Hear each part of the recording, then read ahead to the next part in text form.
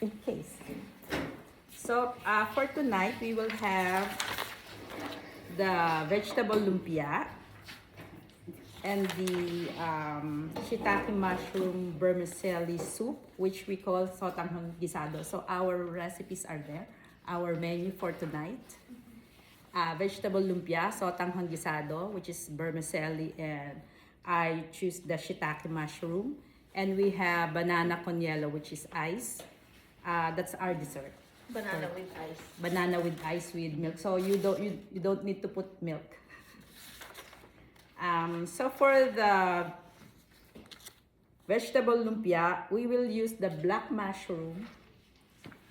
Here. So we already put it in the water, and then we will boil it for 3 minutes, and then cut it thinly. And then for the next thing is we will saute the onion, the garlic, and then the carrot. We will use 1 pack of carrot per group, and then green beans and 1 sweet potato. So we will, for the one group that don't like oyster sauce and chicken bouillon, we will put salt.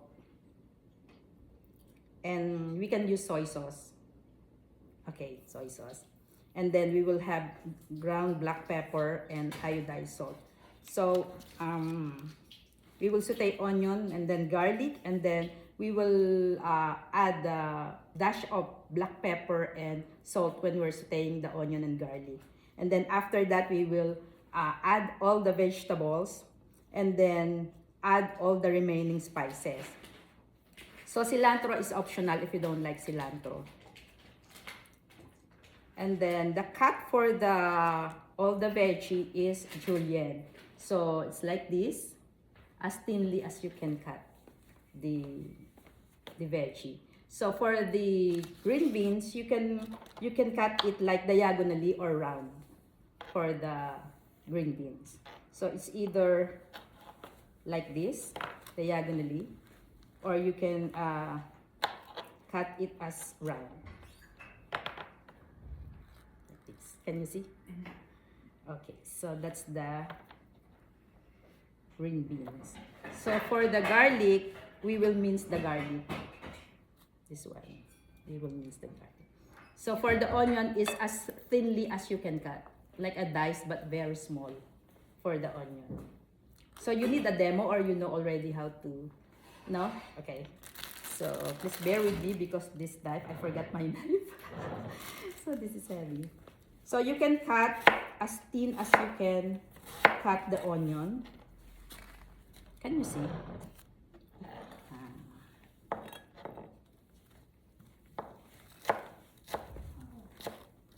So that when you saute, it will be cooked easily. So as thin as you can cut. Okay? Are we cutting a whole onion for that? Half of the onion. So for the carrots, you will cut it julienne like this. And then for the sweet potato, the same. For the sweet potato, the same. Julienne. Julienne.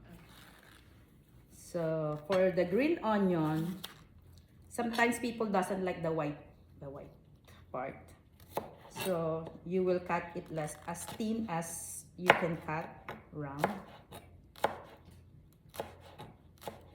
Like this.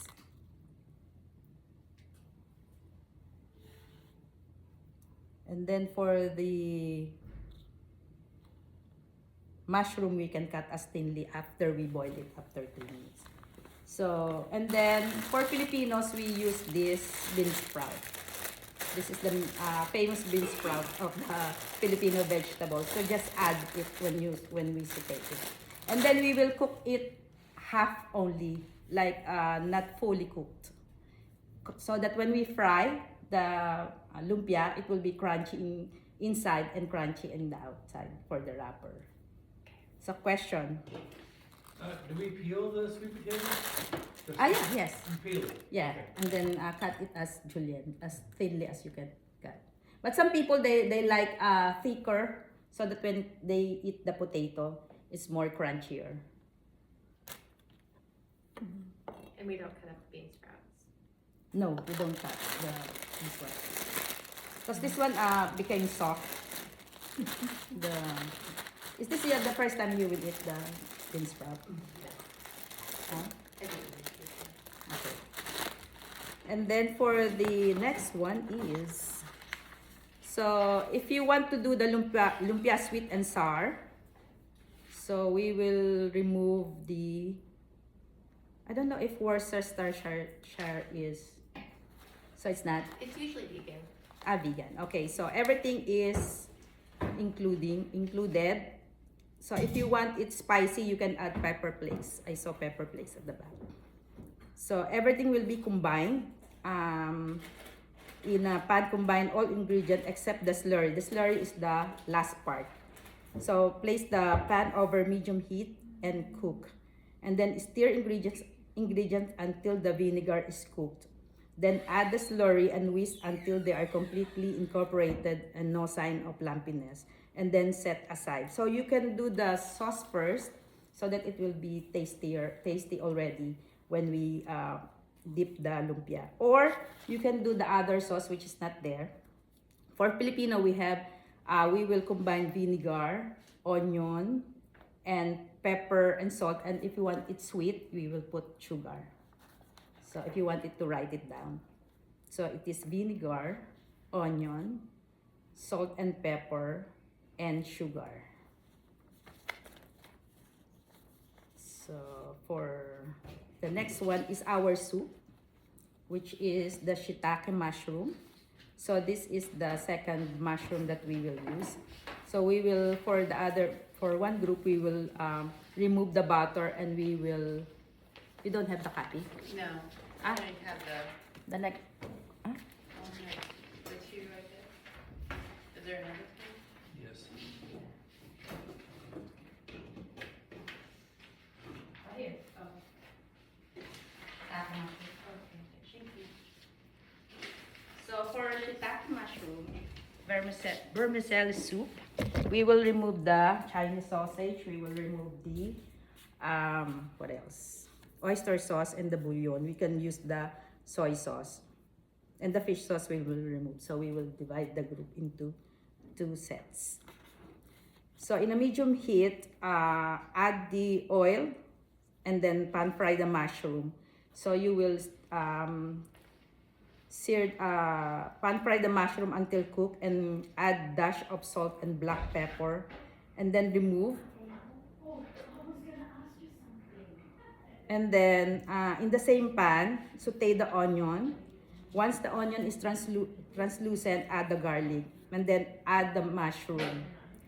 So one group will have a Chinese sausage, and the other one will not have Chinese sausage.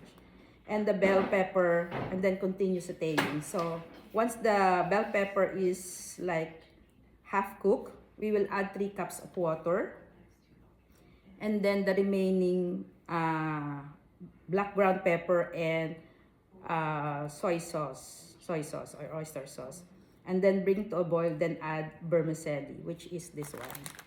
So if you want, you can put 2 or 1. So one of this can eat or it will be good for 2 to 3 people. What is that? Vermicelli.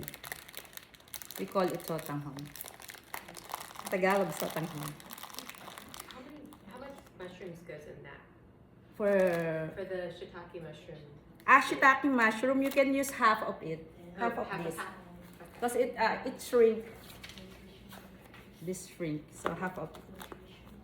And then simmer until the vermicelli is cooked. So we will put the noodles when we are about to eat, because the noodles absorb the liquid.